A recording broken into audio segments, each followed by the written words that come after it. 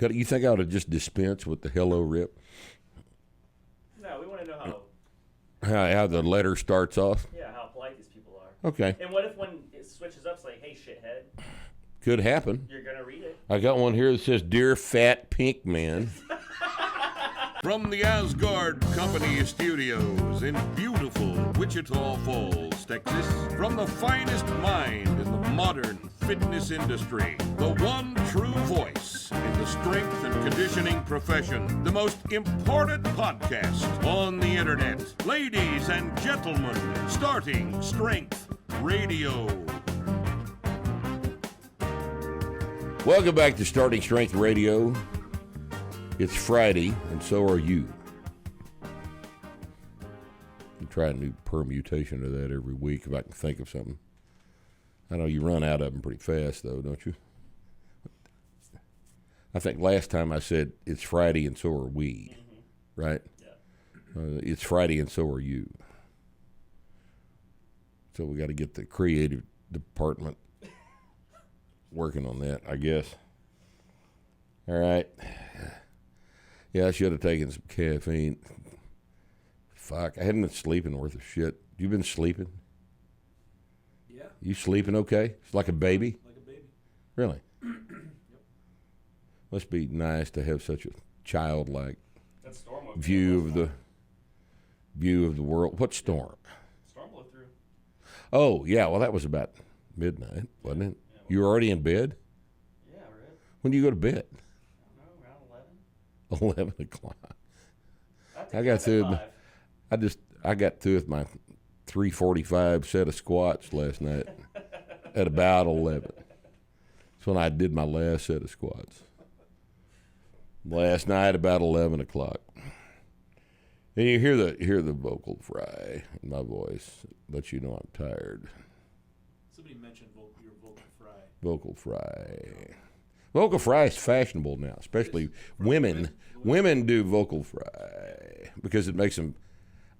I don't know, what does it make them sound like besides tired? Dumber, pretentious, more northeastern. You know, if you squatted around 8 p.m. and went to bed around 11, you might sleep better. Nah, I haven't done that in 40 years. I probably not. When was the last time you got a good night's probably going to rest? 40 years ago? No, I occasionally sleep okay. Every once in a while. I sleep pretty good. About twice a year, I'll actually sleep 8.5 hours and not even get up in the middle of the night to piss. But twice a year I'll do that.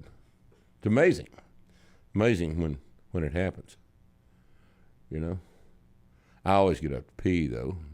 Most guys do, don't they? I've been getting up every night to pee once since I was 14. I don't think it has to do with if I'm not sleeping well, I get up. BPH or anything like that. Not I'm out. Well, anyway, enough of that. It's a little too personal, don't you think? Yeah, it's getting a little too personal. A little too personal. Next you're going to want to know how I shake it off. Side to side, or I'm not going to tell you that. I don't know. Back and forth. It goes in a circle, probably. Back and forth. See a helicopter? Big circle. Circle. About like that. 17-inch diameter circle. Yeah. Big, long circle. Nice. Okay. Calm down, Bree. Now, it's time for comments from the haters.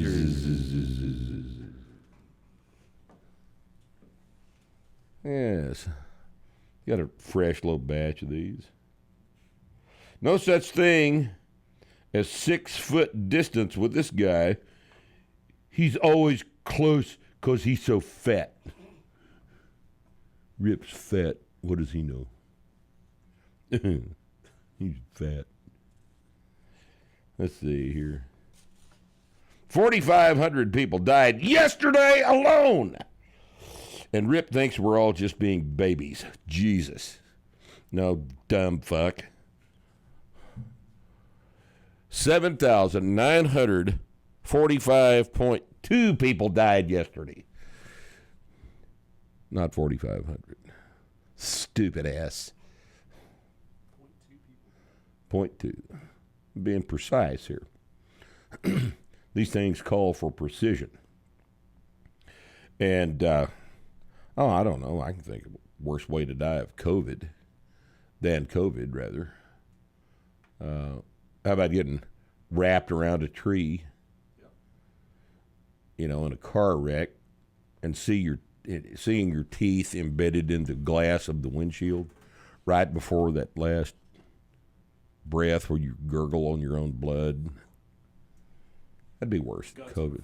Guts, yeah. Ejected by the impact of the seat belt, laying at your feet, the smell. Think about that. That's worse than COVID. But how would you know that COVID didn't contribute to that? Well, if you test positive, you'll be counted. That'll be a COVID death, because clearly COVID contributed. If you wouldn't have sneezed if I had, moment. Right, I wouldn't be wrapped around the tree. Right. Obviously, there you go. Yeah, I think you've got it. That's how it's being done. I've never seen a man's truck fit his personality so well. That must be from what was that? That's where we did the thing where the gym opening video. Opening the gym. A lot of people like your purse. They call it a purse. Too. My purse. Yeah. Your briefcase. My briefcase that's got all my shit in it. Yeah, they called it a purse. One guy said a 2-wheel drive truck and a purse. I would have never thought. A 2-wheel drive truck and a purse. Oh, shit. That's so amazing.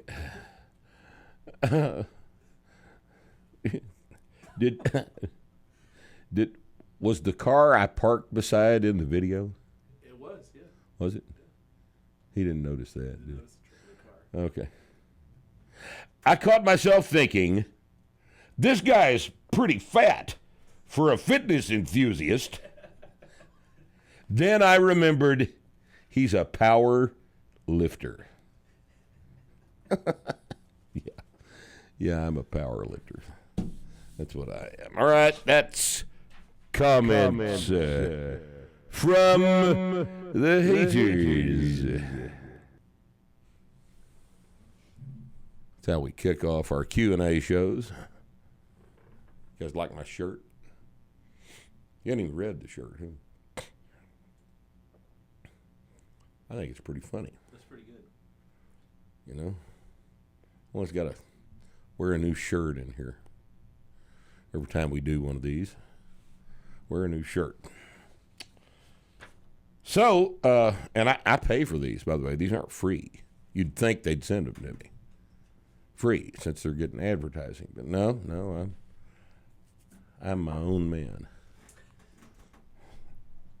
Okay, so what we're going to do this time for Q&A, see all this? Brianna Hillen, our production assistant, or what are we calling her now? The associate producer? Associate producer, I think. Or the assistant producer? What's the difference between an associate and an assistant producer? Assistant. Hollywood knows. Somebody knows that. Yes, assistant helps. An associate. Associates. Associates, yeah. Right. Okay. So she prints these all up. Some of them come into the store. Radio, startingstrength.com. It's where we take these. Some of them, do you get any of these off of Facebook, dear? Just off of the ones that come into the store. Right? There's that many that come into the, look at this. It's like 300 questions here. It's like a phone book. I better explain what a phone book is. Because nobody knows that, do they? Ooh, I just dated myself. Okay, boomer. Yeah. Right? They don't even deliver them to your front door anymore. I hope not. You just have to throw them away. They were always. They just kept getting smaller and smaller and smaller. Well, they went from the big format to the little bitty ones, and then they went to the electronic format. Went to the Google format, so that no one needs one anymore. All right, so what I'm going to do, I haven't read these. I'm just going to pick one up and read it and just react. How about that? Okay? All right, so hi, Coach. Coach, I'm 5'9", 25, currently weigh 195. Little guy. My calorie count at the beginning of the program was 2,000. To what I'm at now, which is 5,000. I've ran the program before 3 years ago and stopped due to life issues, starting at 140 to 195 body within English. Please, English. When you submit these, I mean, if you're concerned, get your mom to read them or whatever you need to do, but don't send me shit like this. I have to decipher all right. Hi, Rip. I have a training question on intermediate programming with regard to the 4-day split and upper-lower training days. I'm 6'8", and find that when I squat and deadlift on the same day, squats and pulls, that my low back becomes fatigued stiff for days after, and I feel it can detract from productive training. My question is, can I squat and bench together and deadlift and press together instead? That's fine with me. But, Aaron, what do you want to bet that you're 6'8" and about 175 pounds? What do you want to bet? What do you want to bet? Yeah, you've got shitty levers. There's no doubt about it. If I were you, I'd kill myself. Unless you've already reproduced, in which case it's too late. You've already passed on these fucked up genes to the next generation, and there's just no taking that back. Had you not had kids, I would suggest suicide. But right now, the only thing we can do is have you gain some weight, because you and I both know that you're 175, right? You and I both know that. All right, now, hi, Mark. Everybody's so polite. Hi, Rip. Hi, Mark. Hi, Coach. I was wondering why you haven't developed a safety-style squat bar for low-bar squat.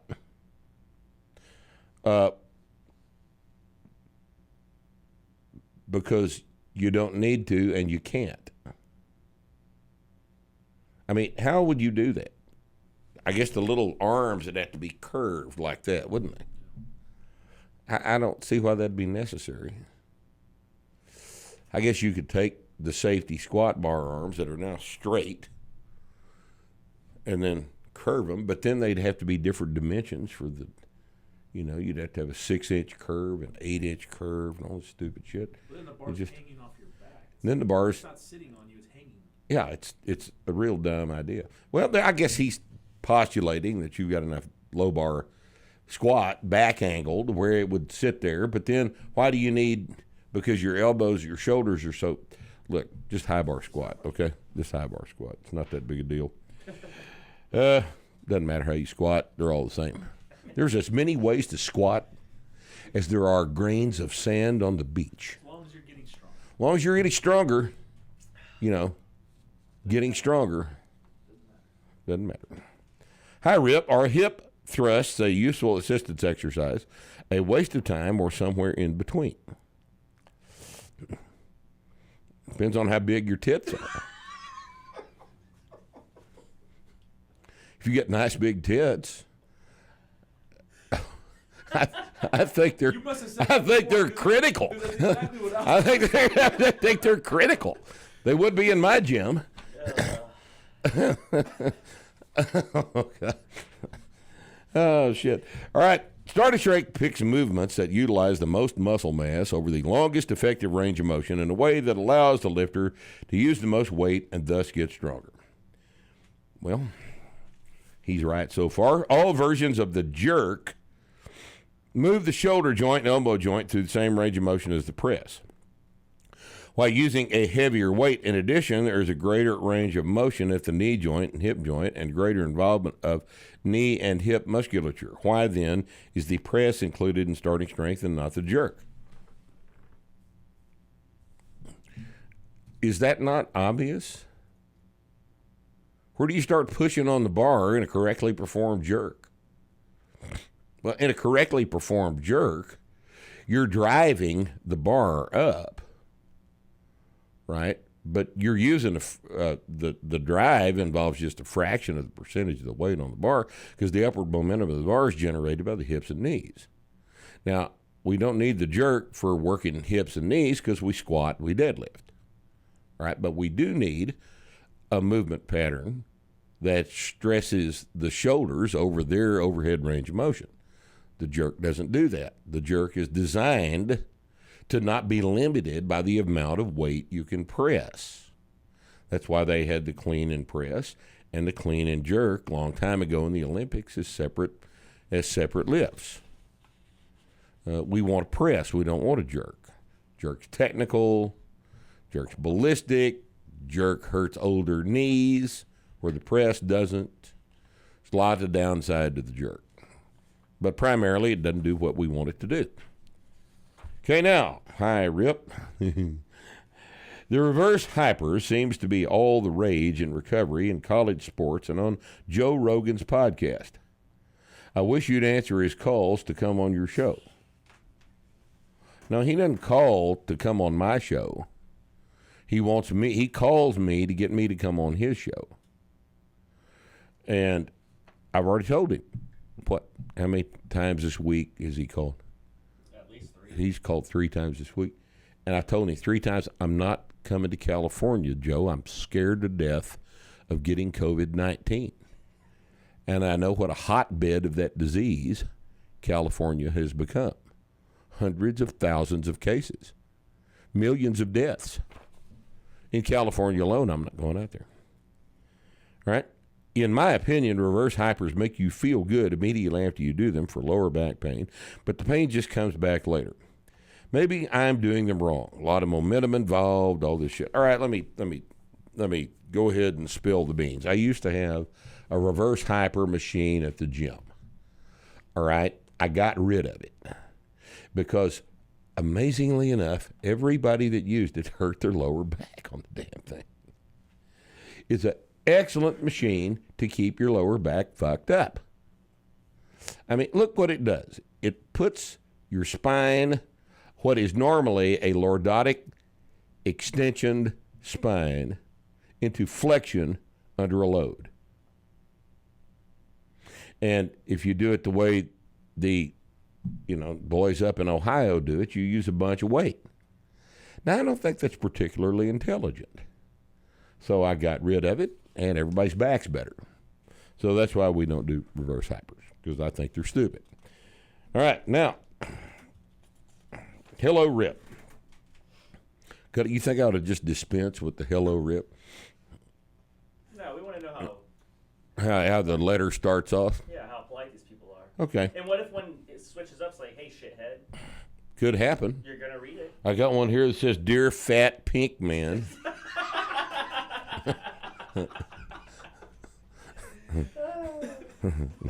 Dear Fat Pink Man. But this one says, Hello, Rip. I was curious if there was anything further I could be doing during the novice linear progression to maximize its effectiveness outside of doing the program correctly and consistently. I'm already eating a lot of good food, sleeping and resting a lot, and practicing semen retention. I'm not making this up. It says this right here, apparently with a perfectly straight face. I've stopped drinking alcohol entirely to aid the process also. But if there is anything further you would recommend, which aren't steroids, I'd love to know. Add back alcohol, start jacking off again, because you're not going to get any pussy. We know that right now. All right. I don't know. It has to be a troll, don't you think? And I just fell right into the damn thing, didn't it? This is what happens when you don't read these in advance. But start jacking off again. You need to. I mean, you're stuck at home. xnxx.com is your friend. All right. Now, hello, Rip. I'm a big fan of the podcast and your sense of humor.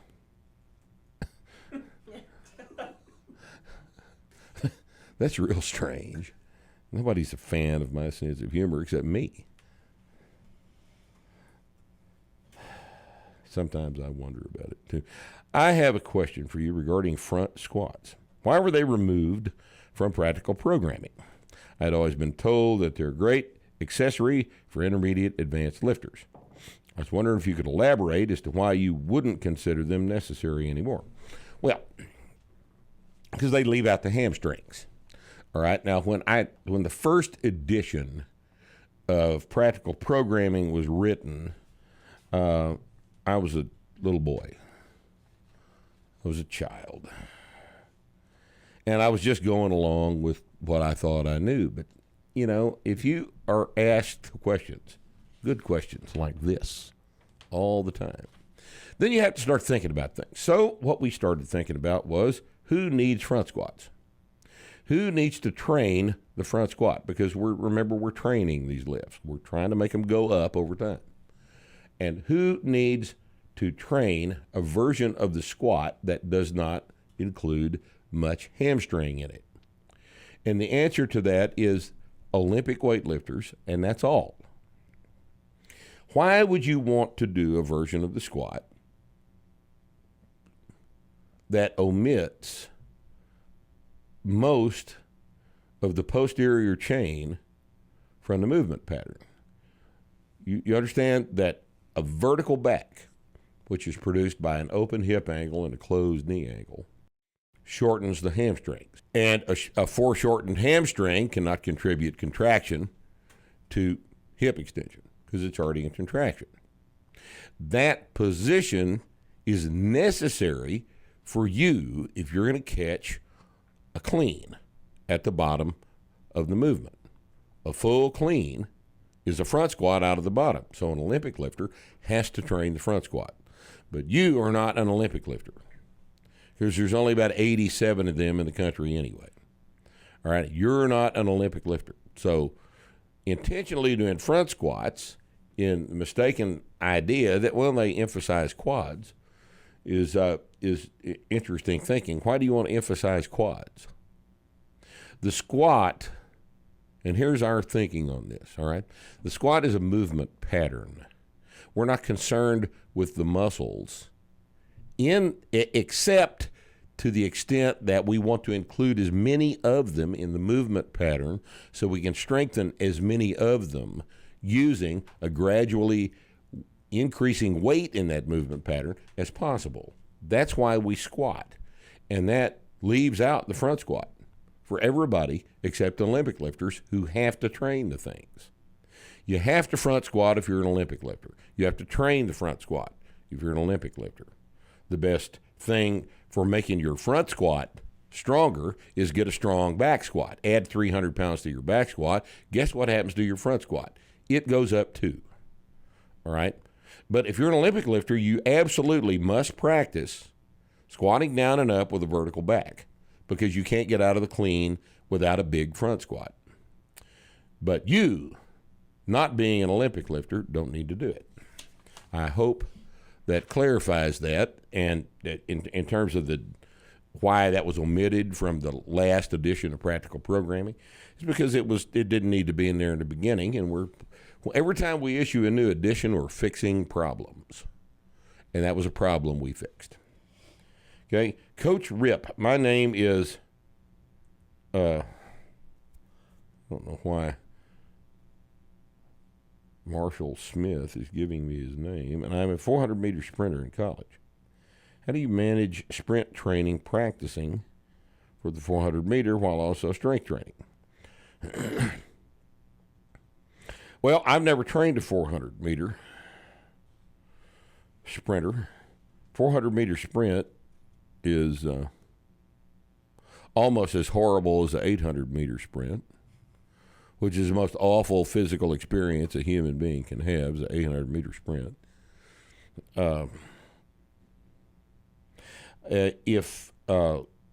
What I would probably do were I training a collegiate sprinter like that is I'd have them do just a novice progression, sets of 5. Because the only reason we're squatting for sprinting is to get stronger. What makes you strongest? Sets of 5 on the squat. That's how I would do it. Probably twice a week. depending on what the track schedule looks like. Twice a week, 3 sets of 5, up 5 pounds of workout. It's not complicated. But I think probably under a situation like that, 3-day-a-week squats probably a little bit too much. And if the sport in question is the sprint, that's the thing that's got to receive the priority. Okay.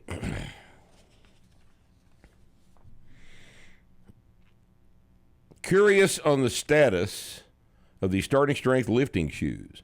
Are they ready for purchase? Come on. Charles,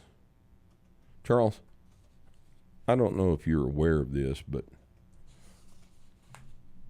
we've had some problems recently.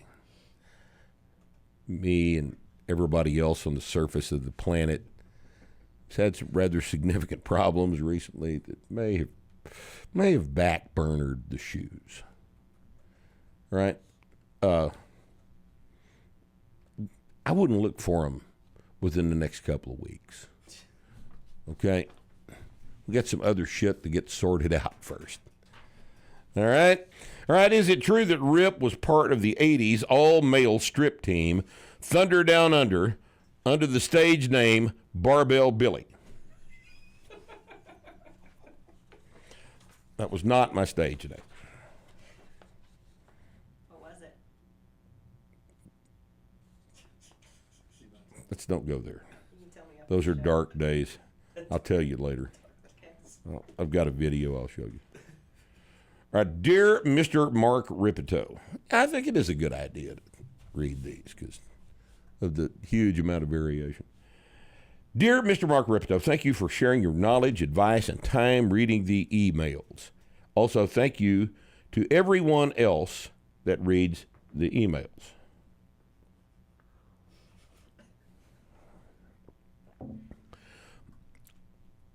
So he's thanking Bree, I guess, right? Steph sees some of them too, right? Mm-hmm. Well, I'll be sure and thank Steph and Bree for you. All right, questions. Something was in the coffee. Look at rodent hair or something. Questions. Dear sir, what is your personal top recommended book that everyone should read outside of starting strength basic barbell training? Well, I don't have one. Top recommended book that everyone should read? I don't know what kind of, that's rather shallow thinking. Nick? Not you, Nick. Just Nick here. I don't know. There's lots of good books, Nick. Just read a bunch of them and you tell us which one you thought was the best. Dear sir, he says this again. What is a book that you really enjoyed from the past couple of years till now? We get these book questions all the time, don't we? You know, I've thought about starting a book thread to go along with the movie thread on the website. You think that's a good idea? Maybe we'll do that. I've read several books. I keep one going all the time. I'm rereading Moon is a Harsh Mistress right now. It's a great book. The first time I read that was probably 25 years ago. Second time I'm reading it now. Heinlein missed some interesting things. He missed IT and all of the stuff that he's talking about in that fabulous book. He just didn't foresee cell phones, internet, stuff like that. It's way more noticeable now to me now that we're using it ourselves. But the rest of the book is so prescient. It's just an amazing book that you need to read. And 3, dear sir, what is a book that you looking forward to reading? I'm looking forward to reading a book that is compiled from the obituaries of the haters on on the YouTube videos. Yeah, that's the one I'm looking forward to. Douchebag Machine was a family man. He loved to laugh. You ever notice that everybody loved to laugh in their obituary? He loved to laugh.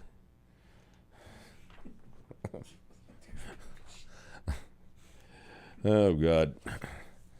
Okay, dear strength gods. Do you have any plans to print Starting Strength in Spanish? I'm worried about the fate of my Spanish-speaking friends and family if they cannot have access to your teachings. I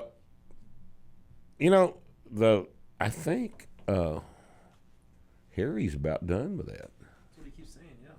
Keeps saying he's done with it. Done in the fall, I think. I don't know. The thing might be she's got to lay it out though. It's going to take a while to get done but we have a Spanish translation being published. In this particular situation, I think we're going to publish that translation ourselves instead of licensing it to a different publisher. But the translation is already, it's either completely done or it's in a final edit. I'm also worried about the fate of your Spanish-speaking friends and family. You seem to be speaking English pretty well. Why don't you just read it to them? Do you care so little about them that you haven't read them the book already? Seems like a loving family member would already have taken care of that. Okay. This one just says Mark. What's your thoughts on medical marijuana and how it relates to strength training or hell life in general? You may have already addressed this subject. If you have, I missed it, obviously. It's because you were high, Reynard. Medical marijuana. Medical marijuana. I think what you mean is just marijuana. Because medical marijuana, does that differ from marijuana in any significant way? Other than it's prescribed to you. It's other than its source, the store where you bought the medical marijuana. Because if you're prescribed medical marijuana, you would obviously have to get that at a medical marijuana store because the normal sources of marijuana don't provide medical marijuana. Right?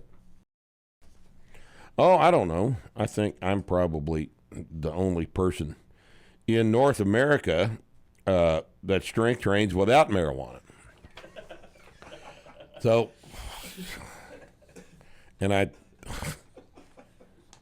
do I think about it? What does it matter what I think about it? You going to quit smoking dope if I tell you not to? Well, no. Nor should you. I think you need to get better with your punctuation, though. And maybe that's the downside of medical marijuana. Hello, Rip. This question is about weightlifters, but is relevant to all elite athletes who mostly train their Olympic lifts while not really training their deadlift that much. Oh, this will be juicy, won't it? You want weightlifters to deadlift in order to get stronger, meaning that their ability to produce force would improve. Yes.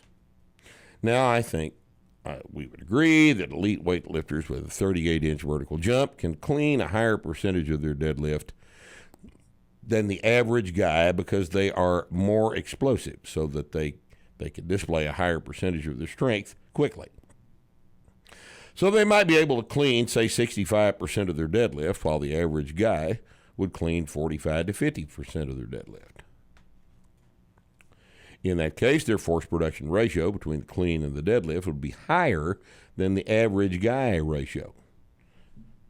If we agree on these statements, and we do agree because I've said that for 15 years, we agree on these statements, would you think that it's possible for these genetically blessed athletes to produce more force mass times acceleration at, say, a power clean, squat, snatch, than a deadlift?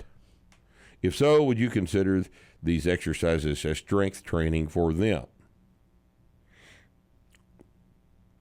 All right, the other part of what I've always said about this is that weightlifters who are more explosive are using more of their muscle mass during a heavy clean and a heavy snatch than a guy with a 22-inch vertical, and that therefore they're training more of their muscle mass during these lifts. Yes, I've said that too, and that's obviously true. But the question is, would I think it's possible for these genetically blessed athletes to produce more force at, say, power clean, squat clean, snatch clean than a deadlift? No. Because a clean and a snatch are sub-maximal pulls. And what is force production? What is strength? Does it take more force to get 800 pounds off the floor or 550 off the floor? This is just arithmetic. It takes more force to get 800 off the floor. So if you get your deadlift up to 800, then the back end effect of that is that now 575 is easier off the floor. Okay, and this is why I am of the opinion that Olympic weightlifters need to deadlift. But none of them want to. None of them want to. And I understand not wanting to do it. I know you pull every day that you train. I understand that. But you're not training for strength when you do a movement that is not limited by the amount of force you can produce off the floor. If the amount of acceleration you can produce off the floor limits the movement, that is one thing. But acceleration is produced by force production. And if force production, ultimate, absolute force production goes up, acceleration goes up too. There's not a one-to-one relationship between this. It's not for every pound your deadlift goes up, your clean goes up that much, because there are other factors involved in the clean that aren't involved in the deadlift. But, yeah, I think you need the deadlift, and I think that it needs to be, I've always said that an Olympic weightlifter who really, really wants to be a competitive Olympic weightlifter needs to PR his deadlift every other Saturday, even just by 2.5 pounds. But what the hell do I know? I'm just a power lifter. Rip. My girlfriend and I had a great time at the seminar in Vegas, where I got COVID-19, by the way. You gave it to me. Well, it wasn't you, it was your girlfriend. Learned a lot and appreciated you and the team's work. We never had the chance to go over how strength trains the other athletic abilities, agility and balance. Any chance we can get that on the show? We didn't go over that? How did we not go over that? We talked about it for an hour on Friday night. That's the first thing we talk about on Friday night. Is how you guys must have come in late. Agility and balance. It's just force production. What's agility? You may not have talked about agility. You definitely talked about balance, though. I talk about balance for 30 minutes. Agility is, your ability to rapidly change the direction in which your body weight is moving. And that's clearly force production. I don't know. Did I? No, I did that lecture in Las Vegas. That's the only one I do. It's the only one I know anything about. So I know I talked about that. I guess you'll need to come back to another seminar. Bring her with you. Okay. Hi, Mr. Rippetoe. What's the most admirable thing you can see in the gym? an empty wastebasket.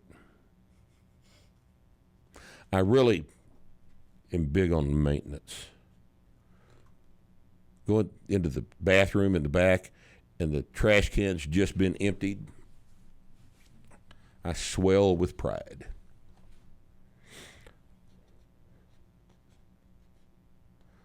What the hell do you think he actually means here? Some guy named Nick asked the question, what do you think he meant, Nick? Read it again. What's the most admirable thing you can see in the gym? He must be talking about a performance.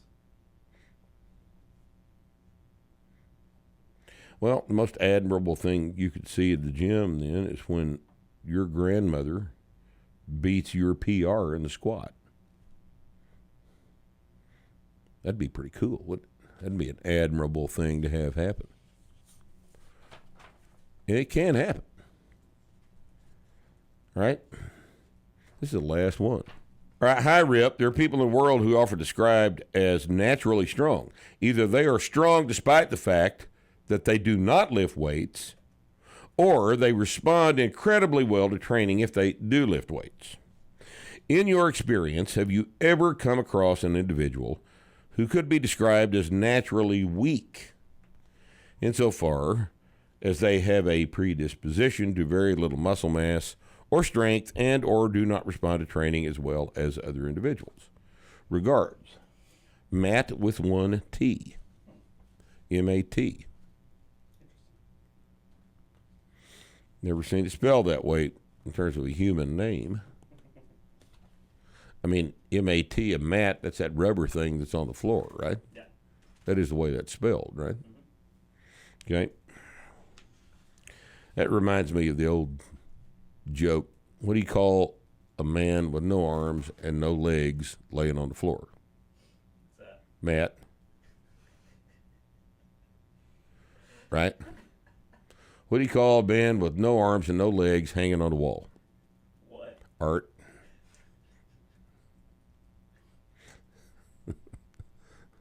Real stupid jokes.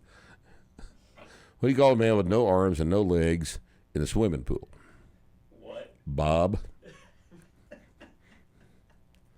Oh, there's several more of them, but I've already gotten myself in enough trouble. So, yeah, there's people, Matt,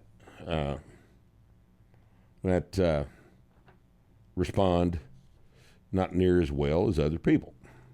That's certainly true. Your wife, for example, wouldn't respond as well as you do, unless you've got an unusual wife. And I mean a damned unusual wife. Force production capacity is largely genetic. Some people are more explosive than others. Some people are stronger than others. This has a lot to do with hormones. It has to do with hormones that were available in utero when you were a little hatchling inside mama. And it starts real early in the process of gestation, 8 weeks. Into 8 weeks post-conception, sex hormones are present in the fetus. These change a lot of things. And depending on how much sex hormone was available, how much testosterone specifically was available in utero, you might have people who are of different physical capacities as a result of that exposure.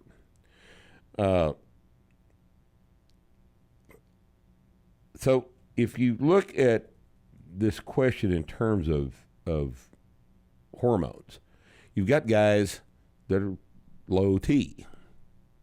Guys with chronically low testosterone won't respond as well to strength training as guys that have enough testosterone. That's fixable, right? And to the extent that it is fixable, it can be fixed and it should be fixed. But the effects of in utero testosterone are going to make a tremendous difference in how your physical existence is carried out after you're born. And there's not much can be done about that. For the same reason that an average female standing vertical jump is 14, and an average male standing vertical jump is 22. People have different physical capacities based on their, endowment from birth. That would be called congenital endowment from birth. And those effects are not easily overcome to the extent you add testosterone. You can fix some of it, certainly. But even if you add testosterone to a girl, you don't make her as explosive as a boy. A lot of girls have tried, but didn't work very well. All right, I got one more here. Since we're long on time, I'll just go ahead and throw this in. This is Dear Fat Pink Men. This is... Oh, damn. not normally what we want in a question for Starting Strength Radio. So I'm going to truncate this a little bit. I've been watching videos, listened to podcasts now. I was program February, and did training for that. Probably don't trust the doctors to ask for help on this matter. 30-year-old, 10 years, going to the gym, 3 sets of 10, no progress, of course. 5'8", 216, skinny, fat, and weak. Deadlifting for 154, and a week later, 216. Squat went from 66 and then to 88. Things got better after watching your vids on how to activate lower back muscles. Problem, after daily squatting, my knee tendons would hurt. I wouldn't call hurt. They sure made me notice they were there. Night before sleep, woke up sore, didn't feel good, unhappiness, heartache, misery. I feel my tendons right. The night after he pulled 216, side patellar tendons, whatever that, he's got different anatomy than most people. Upper patellar tendon, the back patellar tendon, his definitely odd knee anatomy. One does not hurt, blah, blah, blah. Says, what should I do if I have the strength to go up, but my knees are not on the same pace? Should I train with the same weight that doesn't hurt for more weeks and months instead of adding more weight on the rack? Should I lower everything even though I have the strength to perform with heavier weights? Should I really give up this life and focus on bird observation and or garden photography? Well, it sounds like what you have been doing up till now is bird observation and garden photography with a 88-pound squat and a 216 deadlift. Look, Emiliano, you're squatting wrong. If you squat wrong, you're going to hurt your knees. Everybody that squats wrong hurts their knees, unless they're freaks, like Tom Platz or somebody who squatted wrong for decades and had never hurt his knees. But you're hurting your knees with bad technique. That's all there is to it. I would suggest posting a video on the technique forum so that our friend Pete Trupus can tell you to bend over more, reach back with your hips, shove your knees out. All of the things we tell everybody, because believe it or not, you're not the only one with this problem. And if you'll get on the board, on the technique board, watch videos, I'm sure you'll see something that looks fairly familiar to you with respect to their squats and your squats. So, well, that's all the shit I've got. You guys got anything you want to talk about?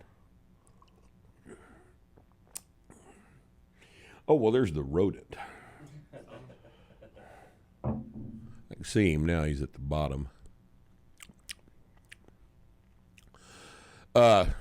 Anything else? Nothing you want to discuss? Well, then I guess what we can do is just wrap things up. You guys be careful.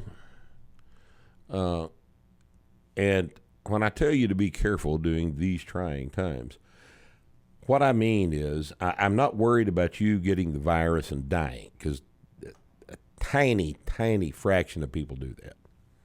And they're old and they've got other illnesses. What I want you to be careful about is allowing this situation to adversely affect your brain. All right? A whole bunch of people are under a whole lot of stress right now because things around them have fallen away from their control. This is not good. Most people's psyches don't do well in situations where they are completely out of control of what's happening to them. It's one of the most stressful things that can happen to you. It's like going to jail. It's almost exactly like going to jail. To the extent possible, keep your head out of your ass. Retain control of your situation. Don't just follow orders that don't make any sense. Don't appease people just to be non-confrontational. Don't do stupid shit like that. You'll be better off in the long run if you do things the way they need to be done, the way you know they need to be done, and you retain as much control over yourself as you can. Good luck to you, and we'll see you next time on Starting Strength Radio.